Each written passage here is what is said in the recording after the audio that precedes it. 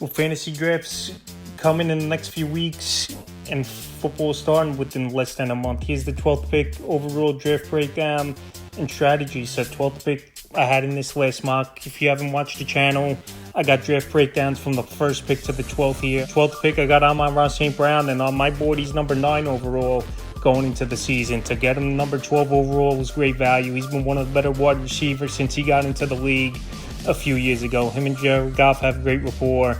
He's the great option on that offense. And every season, he's been a PPR vulture, is Amon-Ra St. Brown, catching over 100 balls. So I think once again this year he goes out there, he has a nice season. I know at times last year, a couple ball games he didn't show up, but for the most part he's consistent, and he's a wide receiver that don't miss games and put up numbers. Then Devon Achane, I got him in the last draft at 11th on the way back, and once again Achane, he's my number 13 player overall on the board this season is Devon Achane. So Achane last year was a good year for him.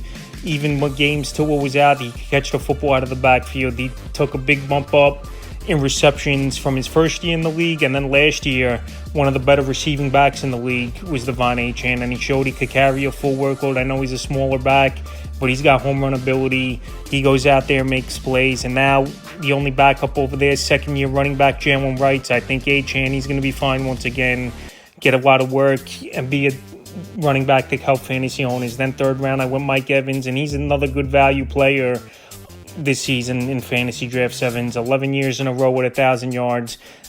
In this series, like I said, from 1 to 12, I've been drafting Evans. Most likely about half of the drafts I've been taking Evans, because in that third, fourth round range, to get a wide receiver with his accolades, and it doesn't look like he's slowing down, is Mike Evans. Him and Baker Mayfield have been locked in. I know a couple years ago, the year before Brady retired, it was a down year for Evans, but ever since Baker Mayfield's been the quarterback for this Buck team, they've been one of the more potent combinations in the league, quarterback to receiver. And then fourth round, Kenneth Walker, another player that's definitely got great value on the Yahoo platform, is Walker. Last season was a decent year for Walker. I know he missed a few games, and the games he was out, Zach Charbonnet stepped in and played good football. But Kenneth Walker, he's a 3-down back.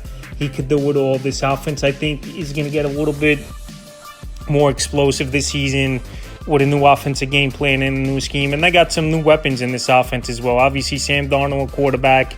Maybe he's a little bit of an upgrade over Geno Smith. Cooper Kupp in the receiving room. Metcalf, they traded away, obviously, to the Pittsburgh Steelers. But Kenneth Walker, like I said, he's a running back that it wouldn't be surprising to me this season if he could finish in that top 10, top 12 range when it's all said and done at the running back position. Then fifth round, Ted Aurora, McMillan. I'm big on McMillan going into the season than other people. Best wide receiver arguably coming out in the NFL draft this season. I know the landing spot isn't the most ideal landing spot, but last year Bryce Young definitely took a stride forward, and we saw a receiver like Adam Thielen have a pretty solid season. So McMillan, with the matchup problems, he's going to cause corners and safeties with his height, athleticism, and speed. I think McMillan can help fantasy owners in a big way.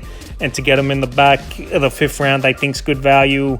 And to have him as my flex option as well, I could go comfortable into the season with that. Then sixth round, Tony Pollard was there. I dipped out. I passed on quarterback and tight end. I just didn't like the options available there. And Tony Pollard, to have him as my number 3 running back, a guy could be a flex at times for me, or filling in bye weeks, I think is decent. Tony Pollard last season, he started off strong with his new team. Then towards the second half of the year, he slowed down a little bit, and Tajay Spears took some of the work. But Tony Pollard still, I believe, is a solid back.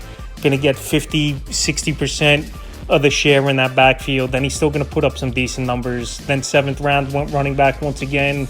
Jordan Mason, Aaron Jones, he was solid last year, but we know Jones, an injury occurs for him at some point of the season, and you just don't know when it's going to happen. So Jordan Mason last year had some big ball games early on in the season when McCaffrey was out, and then surprisingly they traded him away in the offseason to the Minnesota Vikings.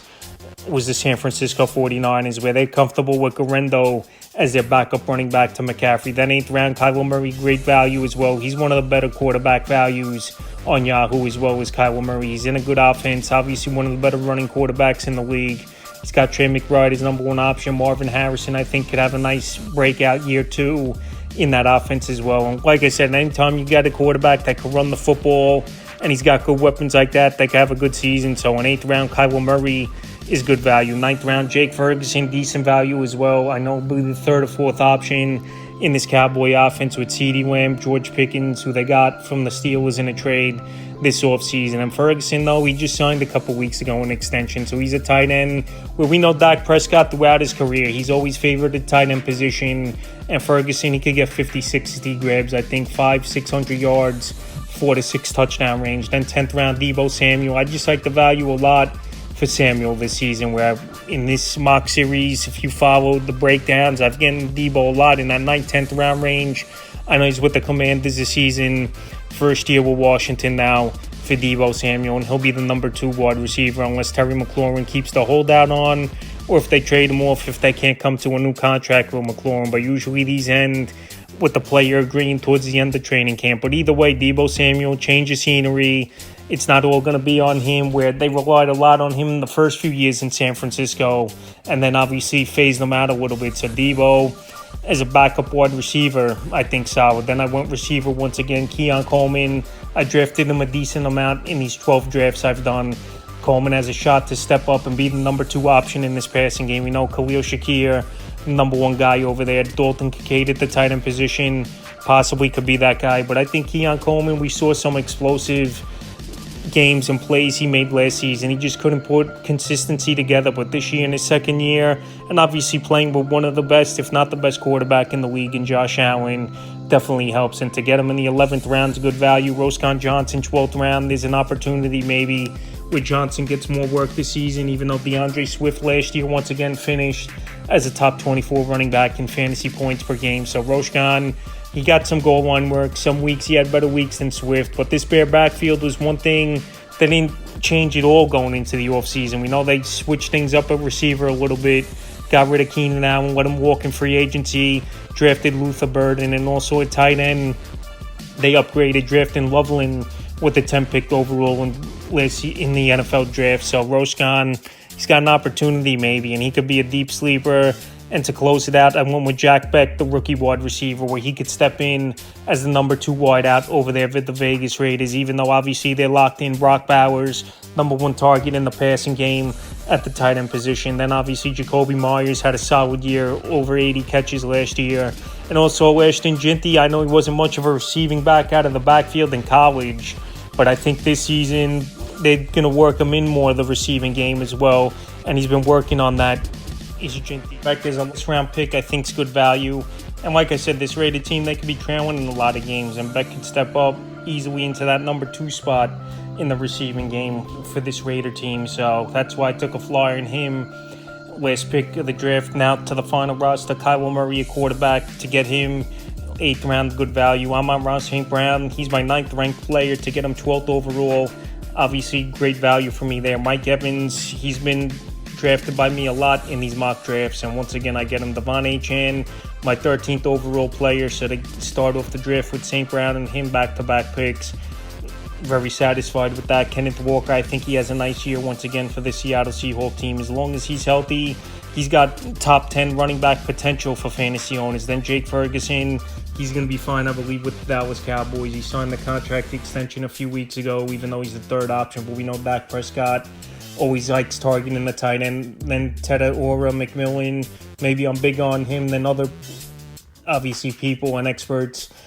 But I think with his opportunity, stepping right into the number 1 receiving role in Carolina, and they're going to be trailing in a lot of games, he could put up some big games for fantasy owners. Then the bench, Tony Pollard, I think, is a backup running back, my 3rd back on the roster, solid pick.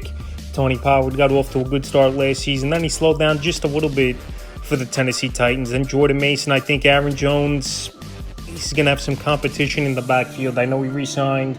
I know Jones last year, the first half of the season, it was a great year for him with this Minnesota Viking team, but they traded for Jordan Mason for a reason, and I think we could see a committee back there. And plus, when he filled in for McCaffrey, he played well. Deebo Samuel, once again, I've been finding myself drafting him a lot in these mocks, and the value is good in that 9th, 10th round for Deebo, a guy who's obviously had some big seasons with the 49ers. I know he definitely lost a step and has injury concerns over the last few seasons, but that take him to build out the bench, I think that's solid way to get Deebo at this point of his career. Keon Coleman, I think he has upside. Only his second season he's entering. Last year he had a couple pop games here and there. And anytime you play with a quarterback like Josh Allen and you can have a role in an offense, I would take a shot, especially in the later rounds here. Roscoe Johnson, there's a possibility he could get more work with DeAndre Swift, not other competition in the backfield between just those two players and Swift and Johnson. And Johnson last year had a couple decent games.